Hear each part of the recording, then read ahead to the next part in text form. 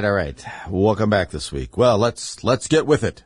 That's my tribute to the late Chris Cuomo. I believe he started all his shows and whatever else he was doing with that phrase. Chris has sadly shuffled off into obscurity. Well, we know that's not going to happen. He'll be doing some weird thing for another probably 6 or 8 months until he shuffles off into a conspiracy. For those of you that don't know who he is, of course, he's Andrew Cuomo, notorious sex pest, as the British papers like to label those folks. Removed from office in New York for reasons that, I mean, that's all fine, but I think he should have been removed from office for the way he handled the COVID situation and immediately sticking elderly and vulnerable patients into nursing homes so that they had a lot of what could probably be determined as unnecessary deaths. But that wasn't enough because it didn't fit the old narrative, because some of the other governors were doing that too. I could name 2 right off the top of my head, Democrat governors that were doing the same thing. So they, went out, found, this character apparently hard to find things wrong with, and got him gone. But then Chris, his brother, the dumber brother, the Fredo, and that's kind of hard to be when you listen to the older brother, Andrew. There's been a big drop-off in the gene pool there. Their father, Mario Cuomo, was sort of a communist with a small c, a socialist with a big S, one of the two. But he was very well-spoken and seemed reasonably bright. These two, I don't know. It just didn't work out for him. But it did get to be Andrew, got to be governor, and his brother got a job, which I think he's pretty much unemployed unless it involved, I don't know. I can't think of anything they'd be qualified for. They wouldn't be too annoying that people would fire him. But so he's gone. He's also gone from CNN, which apparently you can do anything on. If you look at the Jeffrey Toobin situation, which I won't go into here because this is a family broadcast. And so he's gone. And he's not on Sirius XM anymore. I guess he had some sort of show on that. And they canceled his book deal, All About Me and then More About Me might have been the title of the book. I can't remember. And so hasta la vista, my friend. Yes, we don't want to say auf Wiedersehen because we just want to say, don't go away mad, just go away. So there's that. Quite a week, huh? Quite a week, my friends. This is KNZZ, KGLN, all over West Colorado, Eastern Utah, and the Internet, and a lot of the world if they choose to listen to it. Ships at Sea. We are also on several other frequencies and stations, 98.1, 92.7. I think we're at 101 point something. I've got to write this down at some point. But anyway, if you're listening, you already know. If you don't know, you're probably not listening. That's part of it. But I'll try and be a little more efficient on that. Anyway, first segment here this week, we'll just review a couple of the stories that you're probably familiar with anyway. And you can find references to those all over the Internet. You can also find a lot of really cool stories that I've connected to on our website, therickWagnerShow.com, which is also politicalviking.com. Both of those destinations typed in your browser will get you to our same page. A lot of disturbing and I think interesting stuff in there. Plus, there's a bazillion links to all of your favorite conservative sites. I think we linked like 16 or 17 conservative sites with the top 5 stories off each one of them that update throughout the day, all on their own. Little tiny robots in there working away. It's very exciting. But let's see, and what else happened this week? Well, Jussie Smollett, perhaps, the man that was waylaid at 2 a.m. in the middle of the winter in Chicago by 2 mask-wearing MAGA thugs that tried to hang him with a little rope that you probably couldn't put 25 pounds on without it pulling apart. I saw a picture of it.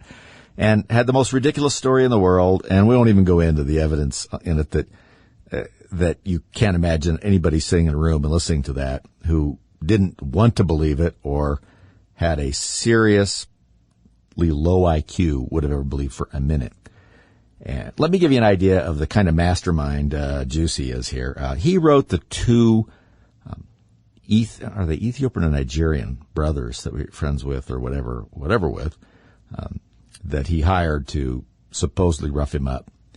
And then so he could claim it was MAGA people and that they poured bleach on him and all sorts of ridiculous stuff. Of course, he didn't want to actually get his face hurt because he wanted to be on TV again because he's from Empire, show that I don't believe is even on the air anymore. It was real popular for a little while when it first started, and then it went downhill. And if I remember right, they were getting ready to get rid of his character, when he decided that he was going to be attacked by MAGA, enthused hooligans in the middle of the night in Chicago. For those of you that have been into upper Illinois or Michigan late at night in December or through January, especially if you're anywhere near the lake, you realize that no one is out at that time of the morning, much less someone strolling out of their apartment to go get a Subway sandwich. This story. We'll miss him, really, I think. He's still, he's going to appeal because it was no hoax. I hope he doesn't believe that. It's sad to see a mind go to waste. But so there's that. We'll see what the sentencing is on that. Many times, if you get up on the stand, now you have a right to tell your story.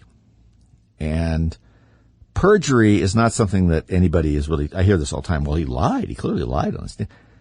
Perjury is a trickier thing to get charged with than you think. And defendants sort of have what a friend of mine who was a fellow prosecutor referred to as a constitutional right to lie. They don't actually have one, but the courts are really reluctant to allow perjury charges. You got to have two witnesses. You got to prove the unreasonable doubt that wasn't true. So they're allowed to tell some pretty far-fetched things if they testify. However, the court is supposed to be able to take into account if it seems to be an obvious falsehood and take that into account sometimes at sentencing. We'll see if any of that comes out. I doubt it will.